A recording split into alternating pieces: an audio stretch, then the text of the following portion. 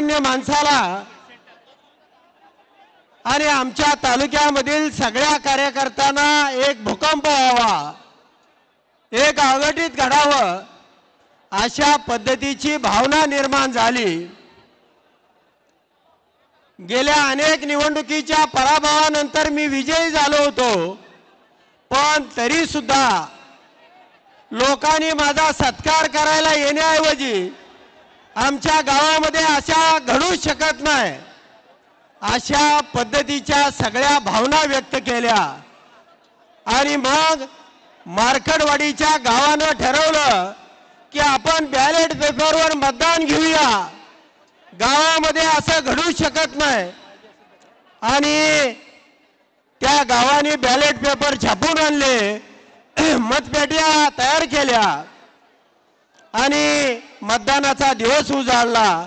गावामध्ये बॅनर लावले, सगळ्या उमेदवारांना पाचारण केलं, परंतु त्यावेळी पोलिसांची मोठी फौज त्या गावामध्ये शिरली।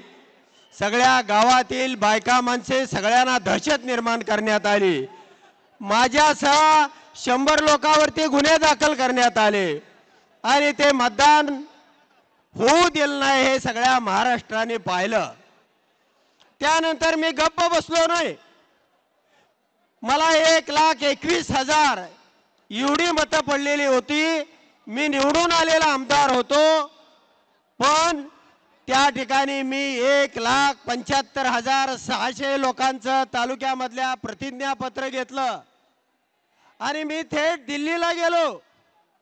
दिल्लीला गेल्यानंतर इलेक्शन कमिशनला 1,75,000 लोकांचं प्रतिज्ञापत्र दिलं, त्यासोबत माझा राजीनामा दिला आणि याची आम्हाला सत्यता द्या, याचा आम्हाला प्रमाण द्या, आमच्या तालुक्यामध्ये बॅलेट पेपरवरती निवडणुका घ्या।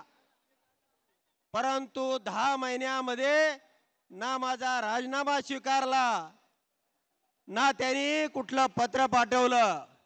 त्यानंतर मित्रांनो मी शोधत राहिलो की हे मतदान कशा पद्धतीने चोरी करते। मतदार याद्यामधला घोळ फक्त 1% आहे।